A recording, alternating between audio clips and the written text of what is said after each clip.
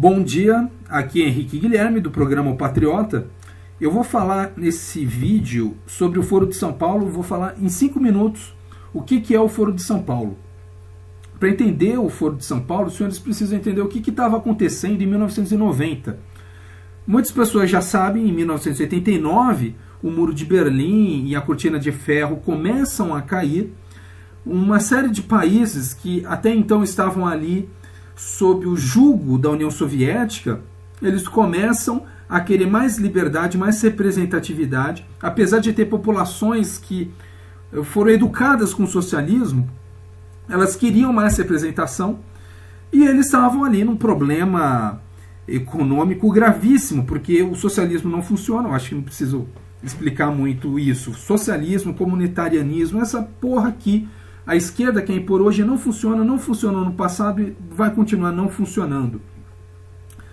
Então teve esse problema da queda da União Soviética. A União Soviética já não poderia mais sustentar os níveis baixíssimos de desenvolvimento cubanos, nem de outros grupos que queriam impor o comunismo, o socialismo no Brasil, na América Latina, na África, enfim.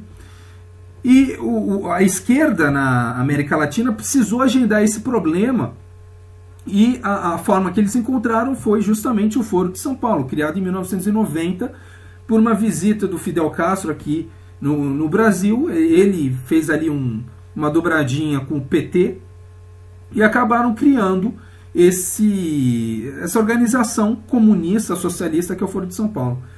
A outra coisa que estava acontecendo é que, tendo em vista esse excesso de países que estavam saindo da Cortina de Ferro, que estavam quebrados, que precisavam ser reconstruídos, os países bem-sucedidos, os países mais desenvolvidos economicamente, mais liberais, mais adeptos do livre mercado, eles criaram uma agenda que esses países precisariam aderir para poder receber alguns financiamentos deles. Se eles não quisessem financiamento externo, era só eles continuarem na política lixo que eles escolheram até então. Então, que eles passariam a escolher. Mas também surgiu essa questão do Consenso de Washington, que era uma série de pontos de prudência econômica que esses países precisariam cumprir caso eles quisessem ali uma ajuda mais séria dos países mais desenvolvidos economicamente. E o Foro de São Paulo, ele também serviu para agendar uma guerra ideológica contra esse consenso.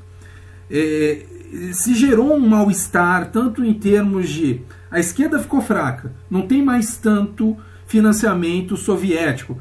Tem financiamento chinês, a gente sabe, mas o financiamento soviético, que sempre foi mais agressivo, ele escasseia, não há mais. E também tem esse lado de explicar a fraqueza do socialismo. Eles não podem deixar o Consenso de Washington prevalecer. E tanto é que, por exemplo, muitas pessoas foram persuadidas a acreditar que o Fernando Henrique aderiu ao Consenso de Washington, era um neoliberal, mas se a gente for ler o Consenso de Washington, ele só adere em 2 pontos e muito timidamente. São 10 pontos do Consenso de Washington. O próprio Fernando Henrique acaba aderindo ao Foro de São Paulo. Isso daí é uma coisa engraçada.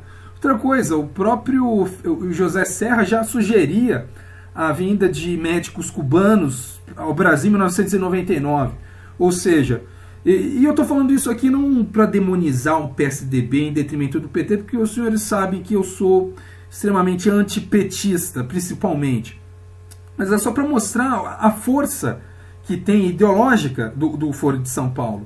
Até a esquerda que não está participando, ela se sente propensa a seguir aquela porcaria.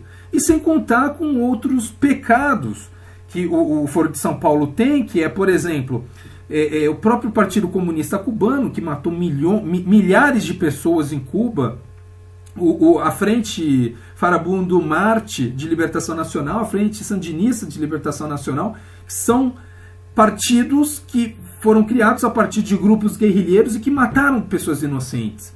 E as Farc, hoje em dia, que tem tanta participação nos comentários aqui na América do Sul.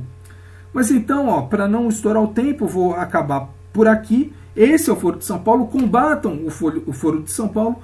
Ele não é bom e assista hoje o Patriota Voz da Resistência, 8 horas da noite. Muito obrigado e até o próximo vídeo.